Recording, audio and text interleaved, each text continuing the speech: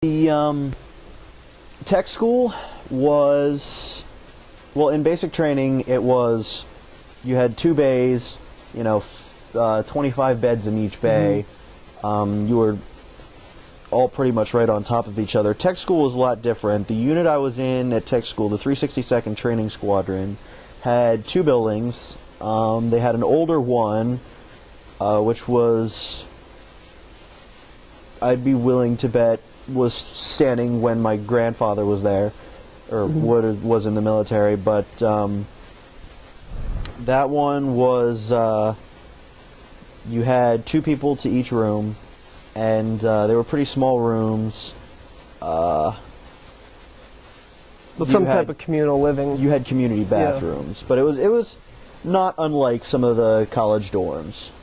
Did you drive out there or fly? I mean, how does that? I flew out there, so I didn't have a car while I was out there, which was also kind of restrictive. But you could have had a car on base, and so is it a school setup? So like a 9 to 5 or 8 to? Well, it runs around the clock. There's 3 shifts. You have day shift, which runs 6 to 4. Mid shift runs 4 to midnight, or 4 to midnight, and you have mid shift, which runs 11 p.m. to 7 a.m. So. And you're one of those? You get put in one of those shifts. As a fighter crew chief, well, with both fighters and heavies, the Air Force delineates their airplanes between fighters and heavies. So Predators, F-22s, F-15s, F-16s, A-10s, U-2s, those are all fighters. And then you've got, your C-130, C-5, KC-135, C-17, those are all heavies. And so initially, the Air Force just divides you up between fighters and heavies. And if you're a heavy, you have what's called fundies, fundamental training.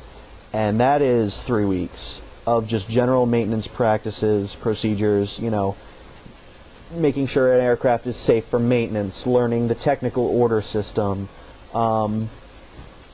just basics of flight, flight control surfaces, safety wiring, tool accountability. How's it presented?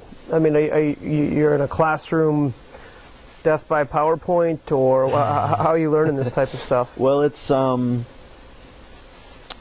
training is divided into depending on your airframe. So, like for F-16s, it was 8 blocks. Or major sections, chapters. The first 2 blocks are fighter commons, which is what I was in, and usually you had death by PowerPoint for a couple days, and then you'd be on the shop floor for a couple of days doing things, putting it into practice. So, did it require reading and studying outside of class? Yes, they gave us worksheets where basically it had all the materials that was on the slides, and it was fill in the blanks the whole way down, just to keep you awake, I guess. And you'd have to study that coming up for your tests. Did you have a sense there, or was it talked about, or do you feel like your training in the Air Force was different from what the Army does or what the Marines do, or were you both at your unit and then at school? There's certainly a community more at school, at your training school, where you're talking amongst fellow airmen. Did you have a sense of we're different from the Army or the Marines because or not? Shepherd was actually a unique base. Shepherd actually has Air Force, Army, Marines. I saw a couple of Navy guys while I was down there, and it's also the initial training for pilots. They have T-38s down there, and so they had like a NATO joint program in the pilot community. So you actually saw a lot of international troops as well down on base there. In fact, a lot of Germans, and that was always a little bit tricky because obviously different ranking systems. They would wear their U.S. equivalent on it on their pocket, and so if you saw an international troop coming towards you, you kind of had to do a little bit of a double take. Is it officer? Is it enlisted? What am I dealing with here? And so that was unique, and actually did get to talk to some of the German enlisted guys that were there with their pilots, and so it was unique. There was definitely a whole joint force concept while you were there. But at school, I mean, your TIs were the Air Force, or were airmen, or I know myself personally, the Army, just you have ways of distinguishing yourself for whatever purpose. I mean, well, like at basic training, at basic training, a lot of it was instilling Air Force pride, Air Force tradition, and Air Force values. Not necessarily. I don't know. The Air Force has always kind of had an affinity with the Army. I mean, we used to be part of the Army. We, back during the 1940s, we were the equivalency of what the Marine Corps is to the Navy, we were to the Army. So, I mean, the Air Force uses the Army and so it's kind of a brotherhood between those two services. But the Navy and the Marine Corps, we hate them. At school, did you do PT together?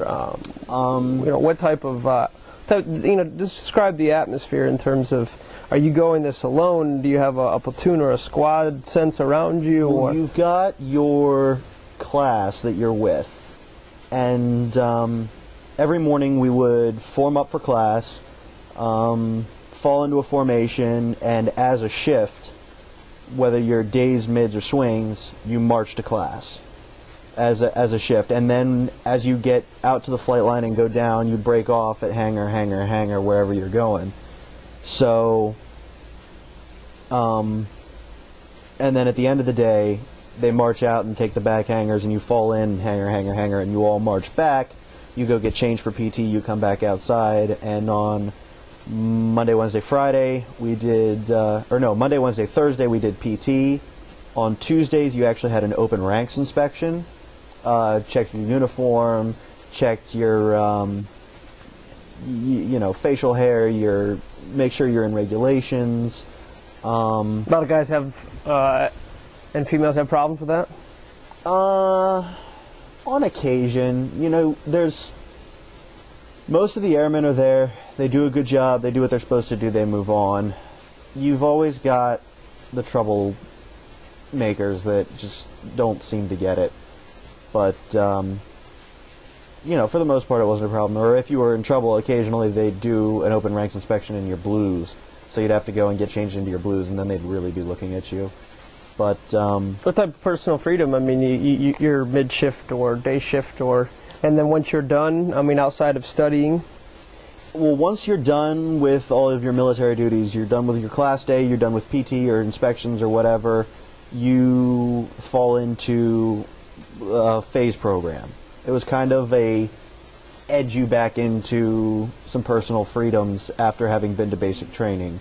When you first get there, for the first 2 weeks, you're phase 1, where anytime you're out of the squadron area, you got to be in uniform, you got to be marching. Your curfew is 10 p.m. And you're not allowed off base. After 2 weeks, you go into phase 2. You're allowed to be off base in your blues. Your curfew is midnight. And after 2 more weeks, you're in phase 3. You can wear civilian clothes on and off base, and you don't have a curfew on the weekends. You just have to be in the morning to sign in with the NCOD and let them know that you haven't gone AWOL or something. That seems like a pretty logical progression of freedom. Mm-hmm. And you go and go forward, but you can also go backwards, and that was kind of how they keep people in line. Is if you fail a room inspection, if there's trash in your trash can, or if there's toothpaste in the sink or whatever, then you can get phased back. And now all of a sudden you've lost all these freedoms, and you got to wait 2 weeks to get it back again. How were the tests? I mean, to move on. I mean, tests were all computer based, all multiple choice. Not all that difficult. I think I graduated technical school with a 98% average. As long as you pay attention in class, you do the work that you're supposed to do, you look over your notes a couple times before the tests, you'll be fine. And the tech part, and then there's the next part of it. Is it a different location? Well,